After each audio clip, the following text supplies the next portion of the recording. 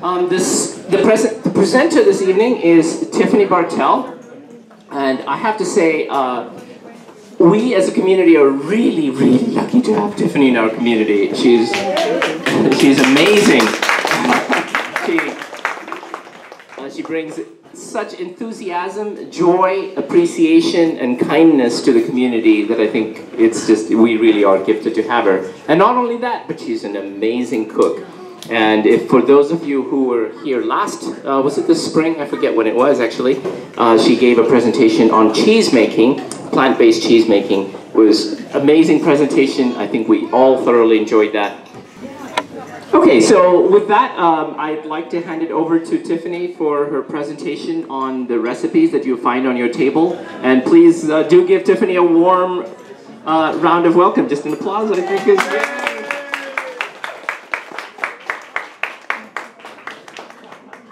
Can everybody hear me in the back? Can you hear me in the back? Raise your hand if you can hear me. All right, super.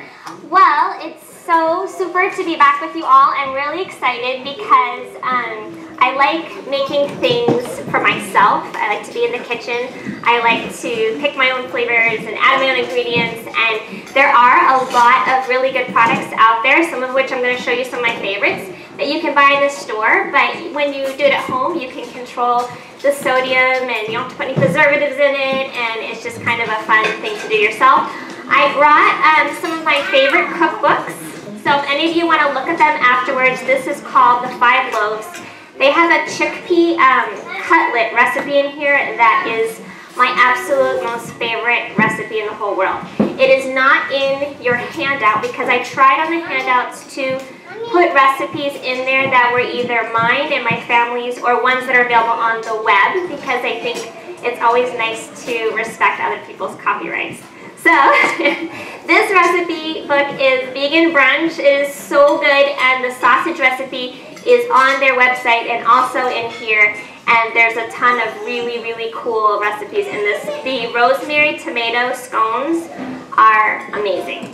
And I just got this one at the little bookstore downtown. It's called Vegan Cooking for Carnivores. There are some amazing recipes in here. If you like chocolate, and I'm sure you can do it with carob if you don't, there is a chocolate cake in here. It's a cross between a chocolate cake and a cheesecake. And it's the most amazing thing I've ever eaten. And you really need to make coconut whipped cream to put on top, because that just kind of kicks it up. This is a really great new cookbook that I got this year too, and I'm seeing some nodding heads, so I know everybody else feels the same about it. And some very cool recipes in here. Her sister cookbook, Veganomicon, has another cutlet recipe, also using chickpeas, that's a completely different texture than any other recipe I've ever tried, and it's very, very cool. And then of course, I have my Gentle Chef cookbook. Well, cookbooks. Yeah, my collection. And I just love everything he does. Everything he does is amazing. And so, and I've never had a recipe of his flop. And that's something to brag about. So I'm going to hand these off to my trusty Leanne, and then I'll show you just a few things that I keep around my house. Some TVP. I don't use it a lot, but if you're in a pinch, it's dried. You rehydrate it with boiling water. Oh. And then you can do whatever you want with it. So plan out a little bit of time to rehydrate. And then these are soy curls. I get them in bulk. And this is also a product that you're going to rehydrate, and then you can flavor it how you want. So I would rehydrate it in some kind of a broth or something, and very nice texture, very cool.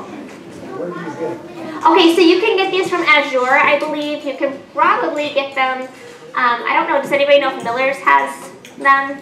I'm not sure, and sometimes they come in small packages, so you can check at Winter Ridge. But I know Azure Standard carries them, and they do drops here. Azure is a bulk company, and they bring a truck into town, and they have drops all over Sandpoint, because lots of people order here.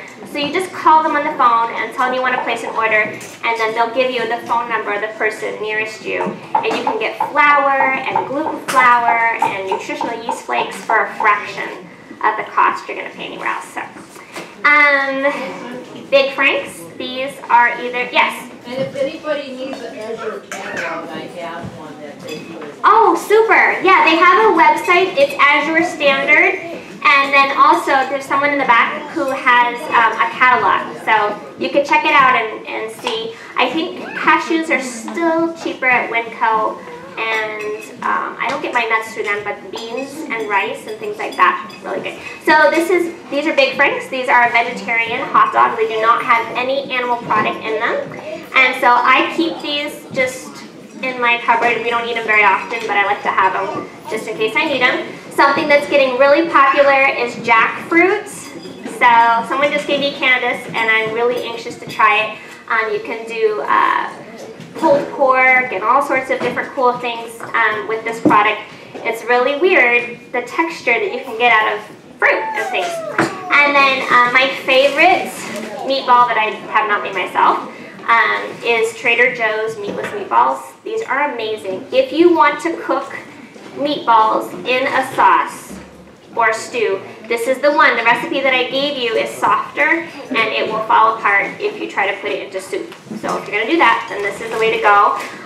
Trader Joe's also has chicken tenders, chickenless mandarin orange morsels, and then Gardein has a whole line of products, and these are the beef lift tips. That's what I have. They also have a lot of other products. And there's lots of companies that are putting things out these days, but those are just some things that I happen to have in my freezer. So now we get to make our own. And the first recipe that we're going to do is with tofu. How many of you tried the tofu chicken salad in the big bowl all the way to the left at the samples? Okay, that one was made with tofu, but it was made with frozen tofu. A great thing to do if you have water-packed tofu that's just about to expire is pop it in the freezer. And it totally changes the texture of it, and you can do all sorts of very cool things with it. So you can make chicken salad with it, or today we're going to make chicken sticks. So I already froze it and thawed it, and then I squeezed it dry. I'm going to squeeze out the extra water in it.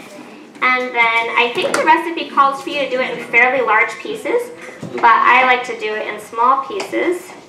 Just slice it down the middle. Can you all, well, can't all see, but some of you can. And then slice it into strips, like so. And then since I have kids, I just slice it again. So I sliced it into 12 pieces. And then I have mixed soy milk, and you can use Bragg's or soy sauce. It's in the recipe. I'm going to jump all over your handout, so you're going to be kind of going back and forth. But this one's the chicken sticks recipe. So I am wearing gloves today, which really hurts me because if you know me, you know I like to play with my food, and I don't have enough time to wash my hands between everything, so we're going surgical. All right, so very simple. Take the tofu, dip it into the wet, dip it into the dry, and you're just going to pop that. So if you work, you can freeze your tofu the day before or just have some on hand and take it out before you go to work, and then leave it thawing all day in your refrigerator just in case it's a warm day, and have all your stuff prepped. You can come home. By the time it's baked, I think it bakes 15 minutes in the oven, you're ready to sit down and eat. Maybe you have a baked potato with it or something like that. So you would typically go through and do all this, bake it for 15 minutes, and that's the chicken sticks that you had on the counter. So that's a really quick and easy recipe, and I'm not going to bore you with watching me make all 12 pieces because we have so much more stuff to do. All right, talking about meatballs, it's very hard to find breadcrumbs that do not have dairy in them. So if you're going to make this recipe, chances are you're going to have to make your own meatballs or your own breadcrumbs. So which is really easy. Just take a loaf of bread. Did you just say breadcrumbs have milk in them? Yes. Really? Check your ingredients on your breadcrumb container. There's usually cheese and milk in it. What about the panko? You can use panko for breading. I don't know if I would use panko in this recipe just because panko has a different consistency and it might absorb the liquid a little bit more. And so for the breadcrumbs, you're kind of drying out the meatball, you're adding a dryness to it, and so if you use panko, I'm not sure if it will hold together as well. So the original recipe, this recipe is one my mom used to make when we were little all the time. And the original one called for Lipton onion soup mix, which is just full of all sorts of things. And I really like Trader Joe's onion dip mix because it's got like 3 ingredients. It's really simple. And so this is going to be, we should call it minute meatballs because they only take minutes to make. So I'm just going to pour this packet into here. And I have a cup of ground walnuts. Now, walnuts, when you grind them, they turn into like a nut meal. If you grind them too long, they get really gummy because there's so much oil in the nut. So grind it until it's like a powder and then stop. So I'm just going to dump that in there. And then here I have 2 cups of water. This is pretty much the easiest recipe you could ever make. And I'm just going to stir it a little bit so that all the seasonings are everywhere before we put in the breadcrumbs. And just add breadcrumbs until it's firm, and I'll show you what that looks like. So these are all breadcrumbs that I lovingly toasted at home for you guys. It took forever. Yes, ma'am. So a gluten-free option for this. Let me think about this one because, matzo flour can be used instead of the breadcrumbs in that recipe. Try it this month and come back next month and tell us if it worked. Oh, have you done it with? Flour works really good in something like that. There you go, guys. Matzo flour can be substituted. Try it out and see how it goes. I should tell you for the chicken sticks. Thank you for reminding me. I forgot about that. For those of you who are gluten intolerant, on the chicken sticks, instead of using breadcrumbs and whole wheat pastry flour, increase your cornmeal and grind oats. Make sure you get your gluten-free oats that have not been contaminated or cross-contaminated, and grind that up and make oat flour, and then it'll bread just perfectly for you. So back on with the gloves. So I added breadcrumbs until it got to about this consistency. See what I mean? It'll stay together when I squeeze it. And then you're just going to take and make little balls. And I like to bake. If you can bake anything, why fry it, right? It's just a little bit healthier. And if you have those new silicone baking sheets, you don't even have to oil your pan. So I like little meatballs. And you're going to bake these at 350 for about 45 minutes. And I turn them about 3 times. So maybe once every 15 minutes. Now, aren't they cute? See these little meatballs? These freeze terrific. So take them, bake them, and then, like I'm going to make them, I'll make a double batch. And then I will freeze all the ones that we don't eat. And then when you go to reheat them, let them thaw single layer, and then you can fry them in a pan with a little bit of oil to kind of freshen them up before you serve them. So that is Mom's Minute Meatballs. Wow. It doesn't get much easier than that. 4 ingredients and you're gone. Okay, so that's that. Now, a lot of people have been asking me about the sausages and the hot dogs. How many of you are wondering how they got to be that round shape? Yeah, it's magic. So, this is a super fun recipe, and once you get into doing this, it just kind of opens the whole world to you because then you can make anything. You can change the flavors, you can add something smoky, you can make it saltier, whatever you want to do. So, we're going to do the simple Italian sausages if you're following on your handout. And the first ingredient is half a cup of cooked white beans. I use canned Great Northerns. I really like Great Northerns. You can use navy beans if you prefer. And you're just going to mash them until there are no whole beans left. I like to use a potato masher, but I was too lazy to pack one in my bag when I left my house. And it's good for me not to realize that laziness doesn't pay. So I'm just mashing them in here. And Great Northerns are nice because they're a really soft bean.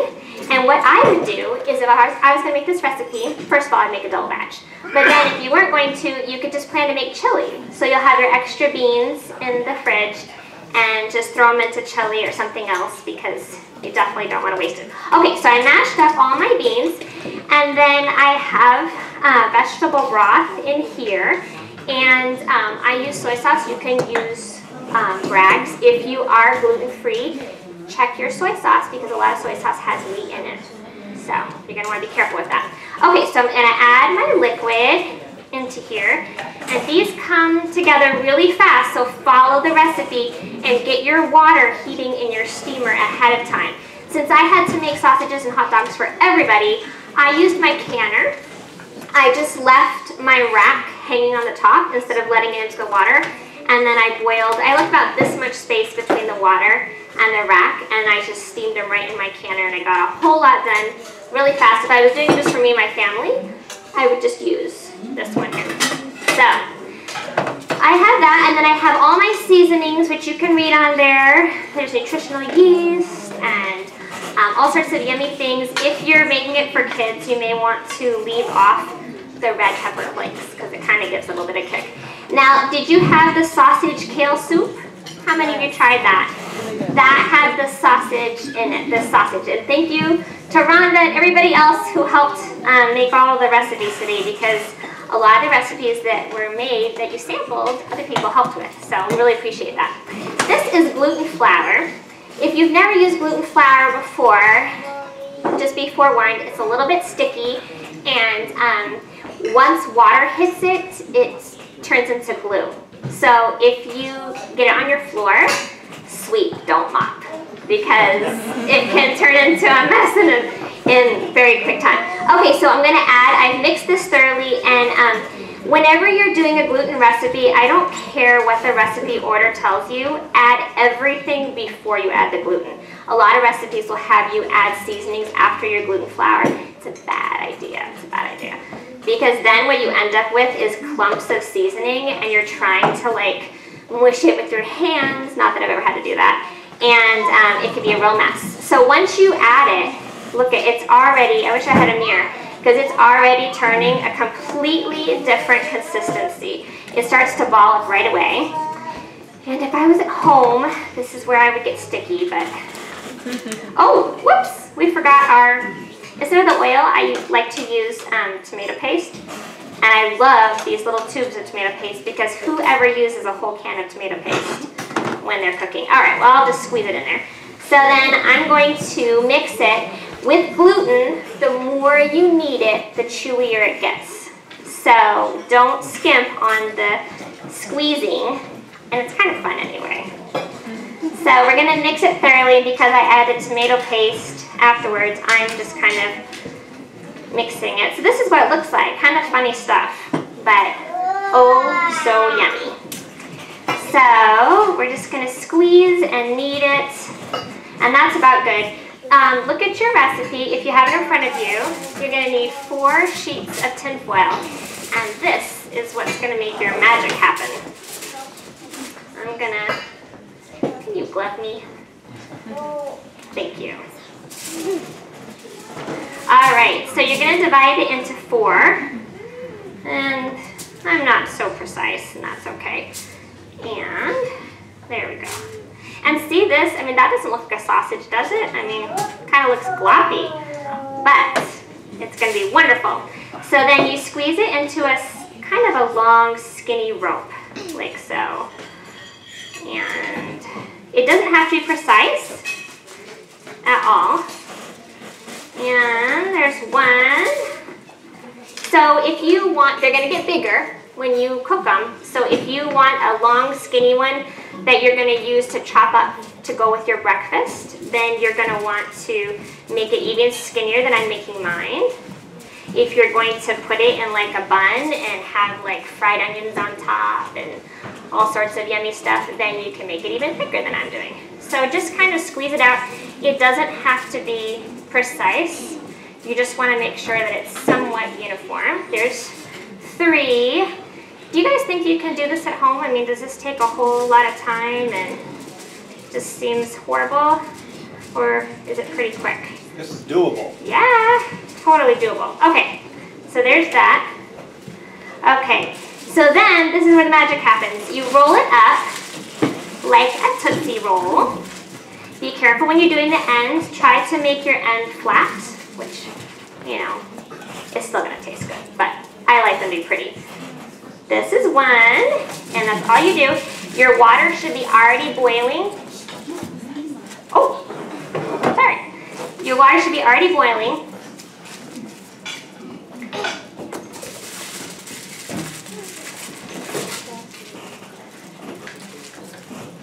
All right, that's 3, and number 4. And then what you do is you take and you put it into the pan of boiling water, which we don't have right now, and you just kind of fit them in on a single layer on the bottom, or you can double layer it. I've actually done double layers and it turns out good every time. And you're gonna steam it for, let's see what it says, 40 minutes. When you steam it, the gluten expands and it puffs up and it presses against the sides of the tin foil, and the pressure makes it fill your tinfoil shape, and that's how it gets round. You don't have to put it into a special mold or anything. It's the process of steaming the gluten makes it push. So that's where you're going to wind your ends tight, and you're going to wrap a gratuitous amount around. Like my pieces were way bigger because I've done it before with a smaller piece of foil, and what will happen is the pressure will make it burst, and so you'll have a very strange growth on one side of your sausage. That's the sausages. The hot dogs are just the same deal, a different recipe, and I made it a little easier. I did not cook the onion or garlic ahead of time. I just threw it into my Vitamix and blended it all together, and then I also threw in the flax seeds, and I would personally throw in the oats because I noticed when we made it that the oats still retain a little bit of their texture, and for me in a hot dog that's distracting. If you like it that way, then you can keep it that way. So that's sausages and hot dogs. Yes? How well do the sausages freeze? Perfect. They do? In fact, the sausages you ate today and the samples were frozen. I made them Wednesday or Thursday and then passed them off, and my friends thawed them. So yeah, it's really good. So another, oh, look it. This is what they look like. This is the sausage, and I cut off the end because I wanted to eat it. And so this is what was left after I didn't bite it, so you're welcome, everybody. And then this is the hot dog, and that looks pretty much like a hot dog, right? So put a little sauerkraut on top of that, and away you go. Okay, so that and the sausages. Next, we're going to do the Hickory smoked deli slices. How many of you got to try the deli slices in the back? Yeah, it was the small cut things because we cut them in pieces so everyone could have one. And it's kind of supposed to be like a spin-off of like a tofurkey slice or something like that. And if you have a better knife than I have, you could really shave it down and make it really thin. This recipe makes a lot, and so I would recommend doing what the recipe says and cutting the log into chunks and freezing it, because I think a family would have a hard time getting through the amount of deli slices it produces. So anyway, so we're going to go ahead and, I have a knife, I'm just going to chop this open. This recipe uses a little bit of tofu. Morinu tofu comes in these convenient packages that is exactly the measurement you need for this recipe. So rather than having to open a 14-ounce one and figure out 2 ounces left, then you can just do, whew, someone should have remembered scissors. All right, so just dump it in here. I'll tell you, a good blender is a good thing to have. And then I have all my liquid in here. I have oil, I have broth, I have, it says 2 teaspoons of soy sauce and 1 teaspoon of Bragg's. Just do 3 teaspoons of whatever you have, because it's potatoes, it's the same thing. So I'm gonna pour this in, and you're just gonna blend all of it. And then I have all my seasonings in here. There's poultry seasoning and nutritional yeast seasoning and all sorts of things. And then I'm just gonna blend it up. So everybody, plug your ears. Sorry. It's unplugged. Wow. I think we did that before, didn't we?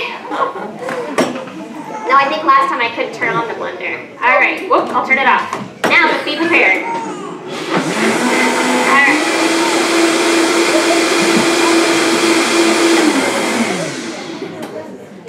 If you have a good blender, you can do it fast. Okay, so I'm gonna just dump it all into my bowl.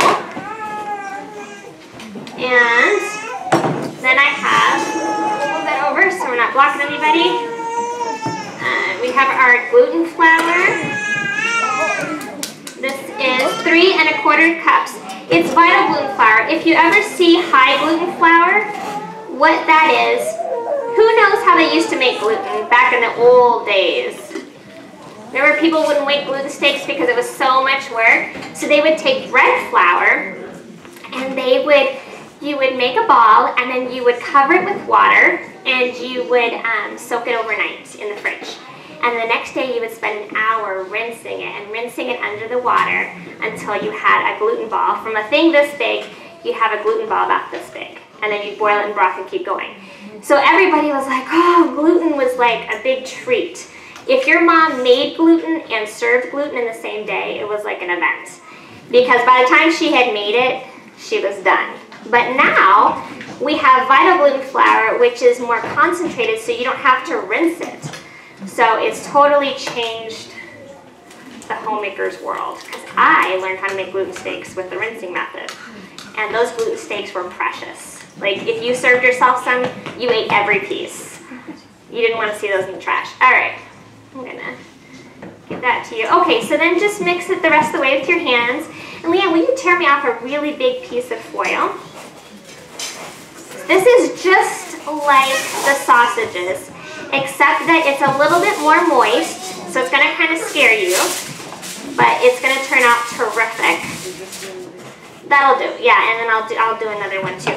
Because you have to wrap this one really, really well, and this one is one that you really need to steam in your canner, because it's huge once it expands. It gets really, really big. So I have my, so you want to wrap it really well so it doesn't explode on you. And then remember, it's going to get bigger. So you're going to want to give it room to get fatter. Mine actually did the whole like tumor on the side thing, which I cut off of what you guys had. So there, and I knew better than to wrap it like I did. So you're actually going to steam this and then you're going to bake it. On your recipe, you're going to steam it for an hour because it's so big, and then you're going to bake it for 40 to 50 minutes. So this one takes a little more time, but it doesn't take time to put together. Yes, ma'am? Try it and let me know how it works, because I haven't tried it in there, so I don't even know how much. I'm sure you can do it, but I don't know how long you would do it for. So that would be one to research and then let the rest of us know how it goes. So I'm going to wrap it tight, and then I'm going to wrap it again. And this one's going to do the same thing where it's going to press up against the sides of the foil, and it's going to form your shape. So wrap it tight so you don't have any weird, there we go. So then you would just stick that, steam it, bake it, cut it up, freeze it, eat it. Easy stuff. All right, our last recipe we're going to do is our family's favorite. It's the gluten steaks that were on there. They were breaded and fried. You guys try that? And this is a really tender gluten. There was a different kind of gluten, the scallops that are right under the gluten recipe. I don't know what page it's on yours. There's one that just says gluten recipe. That's the one we're going to do now. The one right under it is scallops, and that's what was in the pot pie. It's a firmer, chewier one. It's made the same way as this, so we won't do them both. And so that one was in there, and then there was a mushroom casserole, and that one is made with a walnut steak. So when you see the mushroom casserole, that one is a steak. It's really soft, so you do bake it before you put it in the casserole, because you want to firm it up just a little bit. But it's really good if instead of breading it, put it on a cookie sheet and bake it with like tomatoes and onions on top, and it's amazing, amazing. So let's go ahead and do this gluten recipe. This is my favorite. It requires minute tapioca. Don't buy pearl tapioca or you'll have little bitty round hard things in your gluten and that won't be very good. So you want to get minute tapioca. This is at Walmart in the baking section by the Jell-O, up at the top. So that's where you get that. So that's always the ingredient that people have a hard time finding. Okay, for this you're going to, I have all my liquid already and I do it backwards from what you've been seeing me do it. I'm going to add my gluten first, just only for this recipe. And my seasonings. This is, I've got a gluten cloud. Unbleached flour, whole wheat flour, and seasonings. The reason you add unbleached flour and whole wheat flour is because if you only have gluten flour, it's really, really, really chewy. And so the more gluten flour you add, the more chewier it is. The more you knead it, the more you develop the gluten. So those are two things, if you really want a chewier recipe, that's what you're going to want to do. So I have mixed this together. I have to tell you, I did this cooking demo, or one similar to it, in New Orleans, and this elderly gentleman came up to me during the sample time and he said, I tried some of your gluten and I just kept chewing it and it kept getting chewier and chewier and chewier and I never could get to the point where I could swallow it, and I think you should warn people about that. And I said, where did you get your gluten? And he had gotten it off of the demo table where I had cut the gluten that I had just made, and I already had some finished for them to try. But he had been chewing on raw gluten, and the more he was chewing it, the more he was developing the gluten, and he had his own chicken-flavored gum. And yeah, so we told everybody, don't eat from the demo table. That's not where you want to go. All right, so then I'm just going to make a well in the middle, and then pour in my liquid ingredients, which is just water and Bragg's or soy sauce, whichever one you use. And you know, this is really deceptive. I wish you guys could see this. It's so gloppy and you think, oh, this doesn't look like Tiffany's.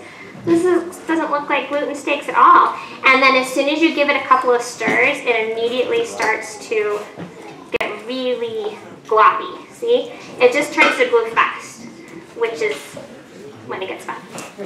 So this one is a little bit different. So since it's such a soft tofu, or a soft gluten, excuse me, you are going to freeze it, but don't freeze it solid, freeze it like semi-solid. So I recommend about 6 hours. And so just go ahead and knead it, because you do want it to be somewhat chewy. So you have to kind of develop the gluten a little bit. So what you're going to do is you're going to divide it into 2 logs. We're going to wrap it in saran wrap, and then we're going to freeze it for 6 hours. So what I like to do is I will mix all my dry ingredients the night before. Leave the bowl there, like maybe a towel over it, something. And then the next morning, first thing in the morning, I'll mix it up and put it in the freezer. And then about early afternoon, it's ready for me to boil in the broth. And then by evening before I go to bed, it's cool enough, and I bag it and freeze it, because this makes a lot. So put in a freezer bag what you'll eat at a meal. So you're only defrosting what you need for each meal. And you're going to want to fill your freezer bag up with broth, because any pieces that are sticking out of the broth and not covered with liquid can get freezer burnt. So you're going to want to cover it. Okay, this looks pretty good. Can I have 2 sheets of saran wrap about that size? So we'll kind of just pull it off in half.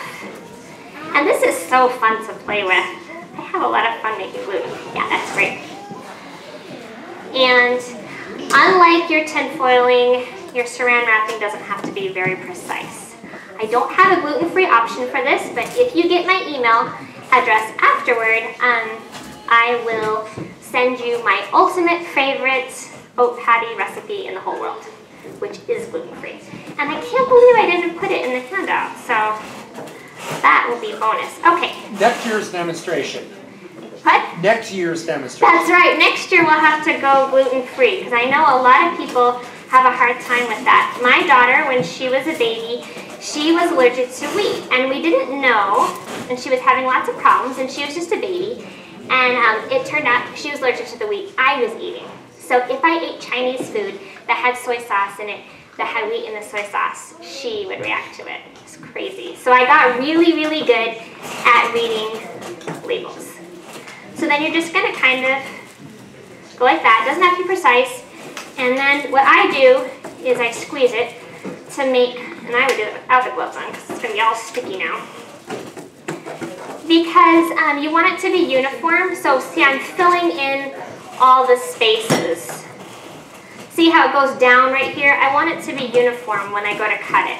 So I just kind of, some people like to freeze it in a square cracker box. Some people like to freeze it in a cylindrical container. It just depends on what size you like it to be and what shape. I'm not really that careful. So that would go in the freezer for 6 hours. You would take it out.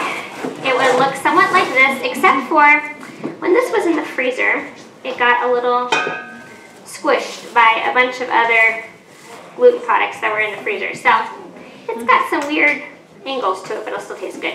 This is a little bit softer than I would like, and then you're just going to cut it. If it's the right consistency, it will be firmer to cut. Let's see, yeah, like right in the middle. That's how firm you want it to be. You need to be able to cut through it, but you don't want it to smush down when you cut it like this. This is really hard to cut. So that's why you freeze it, so you can cut it. So you're going to cut it into things like this, and I usually make mine a little bit bigger. But then you're going to drop this into boiling broth. Your broth recipe is on here. And then let it cool, bag it, freeze it, and you have gluten steaks whenever you want them. And you can cut it up, and you can put it into recipes, and you can bread it and fry it like we did tonight. You can put gravy on it. You can put it in the pot pie. Anything you want you can do with this recipe. It's very cool.